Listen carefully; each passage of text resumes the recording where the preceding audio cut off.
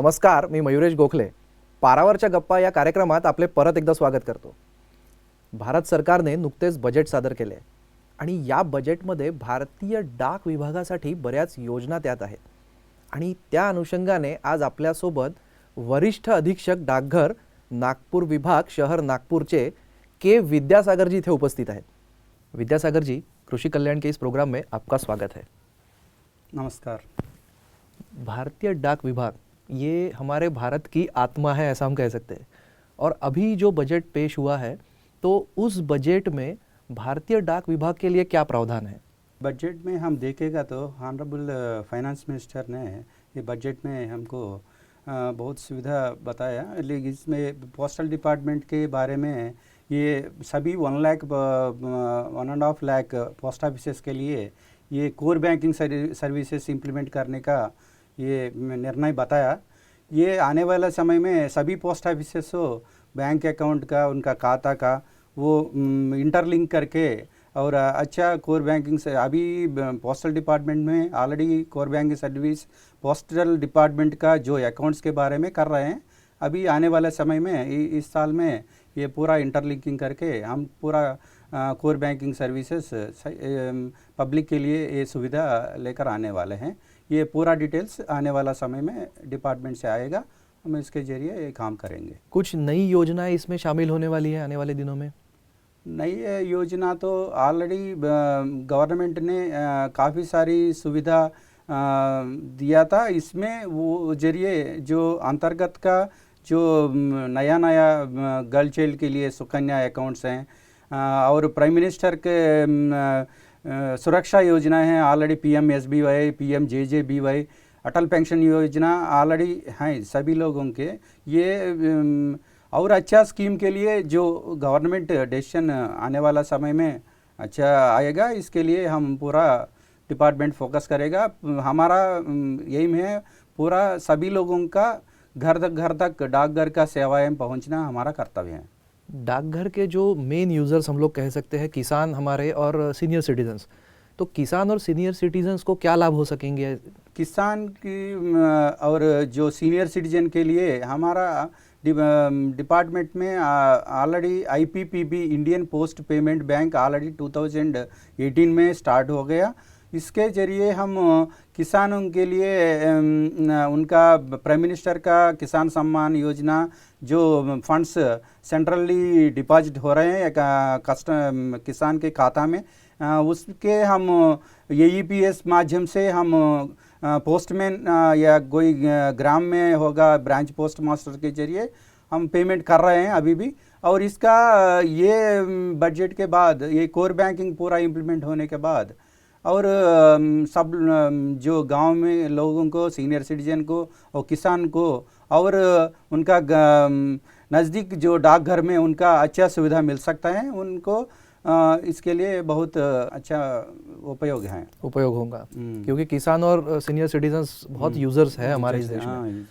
इसी से रिलेटेड एक और क्वेश्चन मैं आपको पूछना चाहूँगा कि ऑनलाइन आजकल बहुत बढ़ रहा है, सभी लोगों को ये हो रहा है कि ऑनलाइन करें. तो डाकघर से बैंक में ऑनलाइन अगर ट्रांसफ़र करना है तो इसके लिए कुछ सुविधा है, कुछ प्रोसेस शुरू है? अभी तक तो जो हमारा पोस्टल सेविंग्स बैंक में already internet banking, mobile banking already चालू किया था. और ATMs में भी बहुत बड़ा ऑफिसेस में उसमें ATM हम ऑलरेडी सुविधा दिया था. और डेबिट कार्ड्स भी सभी तरह का सेविंग्स के खाते हैं, गांव में हो या शहर में हो, वो सभी लोगों को हम दे रहे हैं. अभी उसका सुविधा अभी आने वाला समय में अभी जो SB कस्टमर्स या कोई भी बैंक कस्टमर हमारा ATM में पैसा निकाल सकते हैं.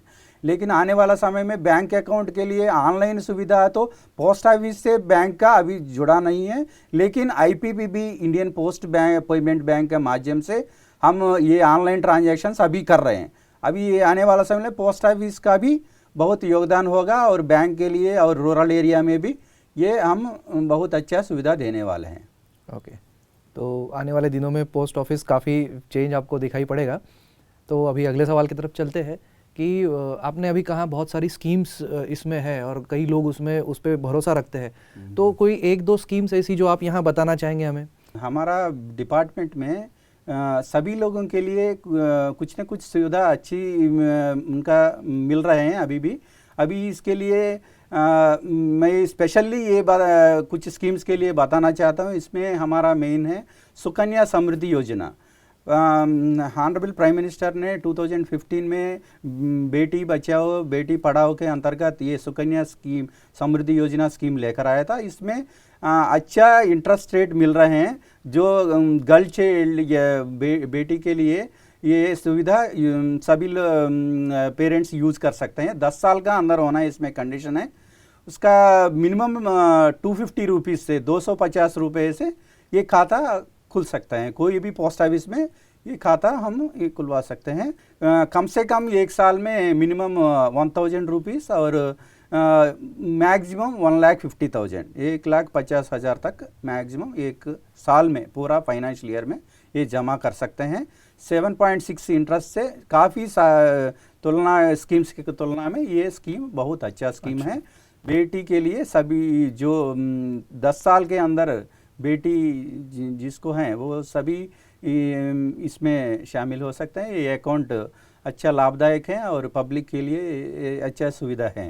अगर सुकन्या ये गर्ल चाइल्ड के लिए ये 10 साल के अंदर गर्ल चाइल्ड के लिए, लेकिन पीपीएफ और एक स्कीम है पब्लिक प्रोविडेंट फंड बोलते हैं इसका स्कीम का। ये भी कोई भी बच्चा के लिए कोई भी ओपन कर सकता है, लेकिन बच्चे के लिए अगर पीपीएफ कर लिया तो ये लाभदायक होगा। इसका भी बहुत अच्छा इंटरेस्ट रेट है, 7.1% इंटरेस्ट रेट है और इसमें कम से कम मिनिमम 500 रुपीज़ से ओपन करना है और मैक्सिमम 1,50,000 इसमें भी मैक्सिमम लिमिट है।